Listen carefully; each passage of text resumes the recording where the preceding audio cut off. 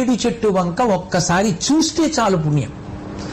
అంత తేలికగా పుణ్యాన్ని ఇచ్చేది ఇంకా లోకంలో ఏముంటుంది? దర్శనం, స్పర్శనం. మీకు అవకాశం ఉందా? ఒకసారి మారేడు చెట్టును ముట్టుకుంటే చాలు. సూర్యాస్తమయం కాకముందు ఒకసారి మారేడు చెట్టును ముట్టుకుంటే చాలు. స్పర్శనం, దర్శనం పుణ్యం.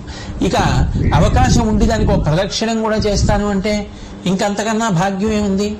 కంచి కామకోటి పీఠాధిపత్యం వహించిన మహాపురుషులు, నడిచే దేవుడిని పేర్గాంచినటువంటి మహాపురుషులు, అపర శంకరావతారమని కీర్తింపబడినటువంటి వారు భారతదేశం నలుచెరగుల సన్యాస ధర్మాన్ని కించితు తప్పకుండా పాదచారి అయి పర్యటించినటువంటి వారు నిరంతరము కామాక్షి పరదేవత యొక్క నామాన్ని ఉచ్చరిస్తూ ఉండడం అలవాటు పడినటువంటి వారు శాంతాకృతిం హితవచ పరిభాషమానం గంభీర భావముతులం విజితారిషట్